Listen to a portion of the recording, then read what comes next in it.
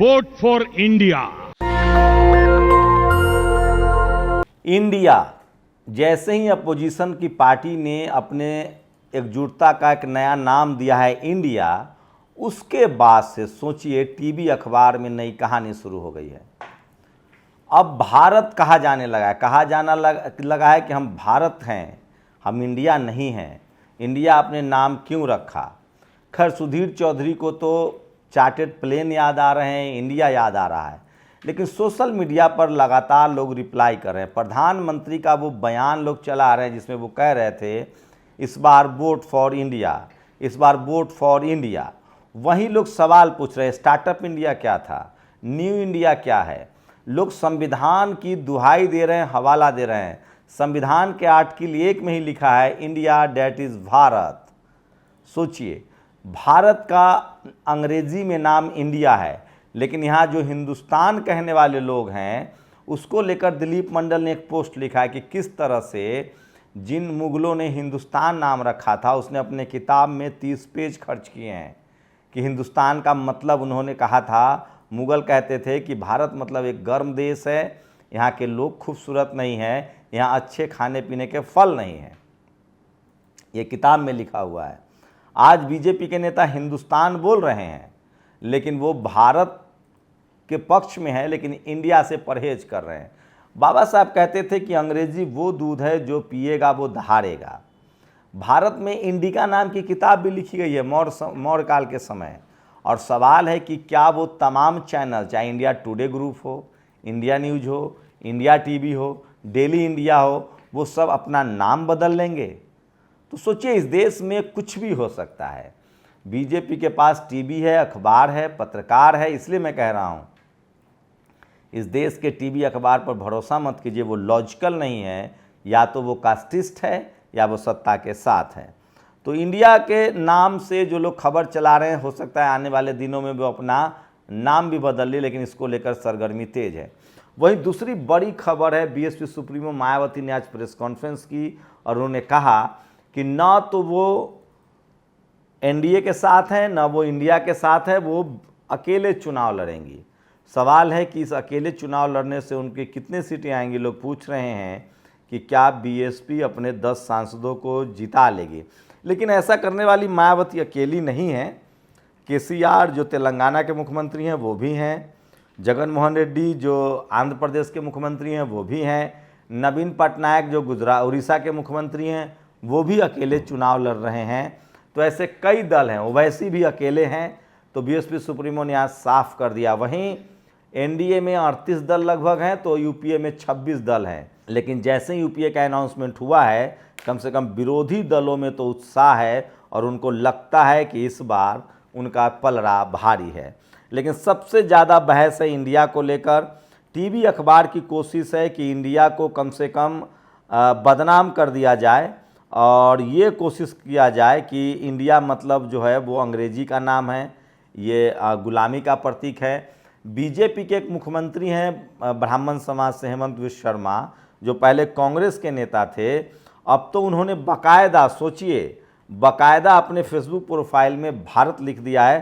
पहले उन्होंने इंडिया ही लिखा था। तो सोचिए, एनडीए में 38 में से किसके पास कितने एमपी हैं, इसका ब्यौरा दिया है सूर्य प्रताप सिंह ने। 24 पार्टी ऐसी है जिसके पास एमपी नहीं है, 7 पार्टी ऐसी है जिसके पास 1 एमपी है, 2 पार्टी ऐसी है जिसके पास सिर्फ 2 एमपी है। और ये देखिए मोदी जी का ये वायरल वीडियो संजय सिंह ने शेयर किया। आप तो मोदी जी ने कह दिया वोट फॉर इंडिया, ये पुराना वीडियो है। तो सोचिए किस तरह से अब इंडिया को लेकर इस तरह की खबरें चल रही हैं, इसको राष्ट्रवाद से जोड़ रहा है। सवाल है कि ये लोग तब क्यों नहीं थे जब भारत का नाम इंडिया चंद्रगुप्त मौर्य सम्राट 322 डीसी के समय से। ग्रीक लेखक मेगास्थनीज की किताब इंडिका में विवरण मिल जाएगा। हालांकि अंग्रेजों के लिए जासूसी करने वालों को फैक्ट से क्या मतलब है, वो अपने निजी स्वार्थ के लिए किसी भी स्तर तक जा सकते हैं। हेमंत विश्व शर्मा को संतोष यादव ने ये बयान दिया है जो सोशल मीडिया पर वायरल है। तो वही लगातार इस तरह से लोग वायरल कर रहे हैं। और मेरा तो चैनल का नाम ही इंडिया टीवी है। ये देखिए रजत शर्मा पर लोगों ने तंज किया है। ज्ञानशु कुशवाहा ने लिखा है, संविधान काट के लिए कहता है इंडिया डैट इज़ भारत। अब इंडिया वर्सेस भारत का नैरेटिव गढ़ने वाले नोएडा के दलालों के लिए तेल पिलावन लाठी की रैलियों की ज़रूरत है। तो ये सोशल मीडिया पर ये देखिए, अब हिमंता अब इंडिया के नहीं रहे, अब वो भारत के हो गए हैं। गजब जो रही है भाई, पुनीत कुमार सिंह ने लिखा है।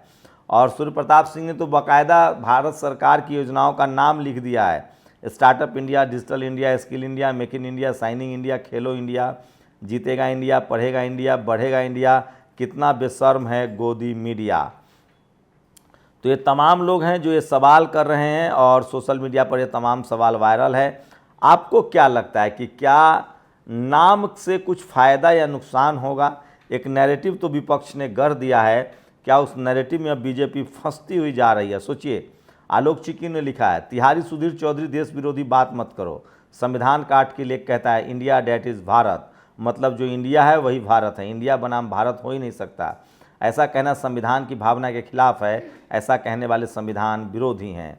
तो सोचिए, इस तरह से लालू जी राहुल गांधी ने मिलकर ऐसा नाम दिया, गठबंधन का बीजेपी को न निगलते बन रहा है न उगलते। असम के मुख्यमंत्री ने तो अपना नाम ही भारत कर लिया है।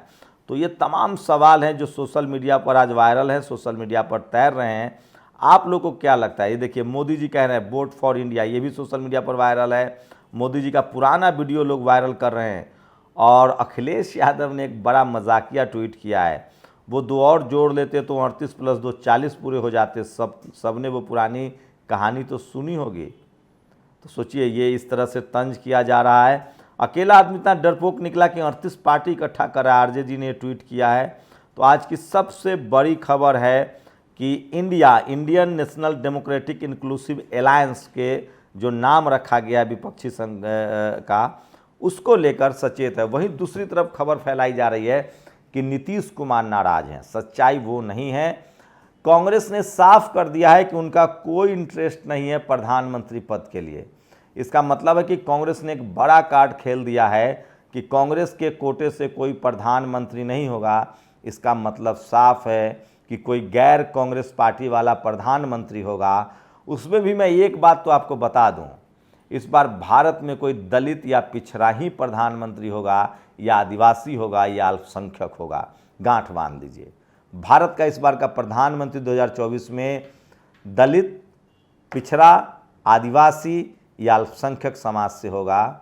ये लिख लीजिए। इस देश के 90% 95% आबादी के जो समूह हैं, उसमें से कोई मूल निवासी ही इस देश का प्रधानमंत्री होगा।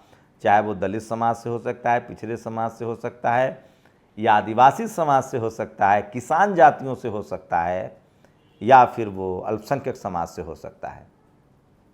इसकी पूरी कयास लगाई जाए। वो मराठा हो सकता है, वो जाट हो सकता है, गुर्जर हो सकता है, पटेल हो सकता है, किसान जाति से हो सकता है, SC ST OBC का ही प्रधानमंत्री बनने की पूरी संभावना है। प्रधानमंत्री नरेंद्र मोदी ने भी कल कहा, मैं गांधी, अंबेडकर और लोहिया के विचारों को आगे बढ़ा रहा हूँ।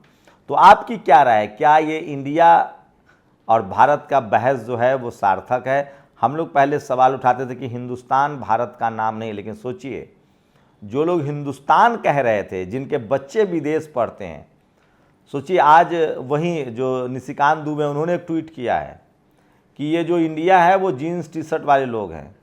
निशिकांत दुबे जी का बेटा लंदन में पढ़ता है, वहीं धोती नहीं पहनता होगा, खड़ाऊ नहीं पहनता होगा। ये लोग आपके बच्चों को स्कूल, कॉलेज, अस्पताल नहीं देंगे, अंग्रेजी नहीं पढ़ाएंगे, अपने बच्चे को लंदन भेजते हैं। मैं अंग्रेजी का बहुत बड़ा पैरोकार हूँ, पक्षधर हूँ। बाबा ग्लोबल लैंग्वेज है, दुनिया में सबसे ज़्यादा अंग्रेजी बोली जाती है। इंग्लिश का बड़ा मार्केट है। आपके सुप्रीम कोर्ट, हाई कोर्ट में अंग्रेजी में बहस करेंगे तो ज़्यादा है, UPSC ज़्यादा क्वालिफाई करेंगे। इसलिए आप बहकिए मत, भरम में मत जिए, अपने बच्चों को अंग्रेजी जरूर पढ़ाइए, जो ग्लोबल लैंग्वेज है।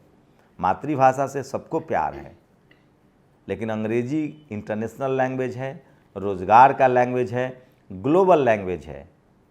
और बाबा साहब ने इसलिए कहा था कि जो अंग्रेजी शिक्षा लेगा वो शेरनी का दूध है, वो दहाड़ेगा। आप लोग अपनी प्रतिक्रिया जरूर दीजिए। क्या बीजेपी को नुकसान होगा या फ़ायदा होगा? क्या अपोजिशन पर बीजेपी भारी है या बीजेपी पर अपोजिशन भारी है? एनडीटीवी इंडिया के एक सर्वे में 83% लोगों ने कहा है कि अपोजिशन इस बार बीजेपी को हरा देगा। मैं नहीं कह रहा हूँ, ये उनके सर्वे में आज, जिसमें 35,000 लोगों ने अपनी राय दी है। शुक्रिया। नेशनल दस्तक की आपसे गुजारिश है कि अगर इसको बचाना चाहते हैं तो नेशनल दस्तक को सब्सक्राइब करने के लिए रेड कलर के सब्सक्राइब बटन को दबाएं, फिर बेल आइकन की घंटी दबाएं। नेशनल दस्तक को बचाने के लिए बहुत जरूरी है कि हर खबर को शेयर करें, लाइक करें, कमेंट जरूर करें।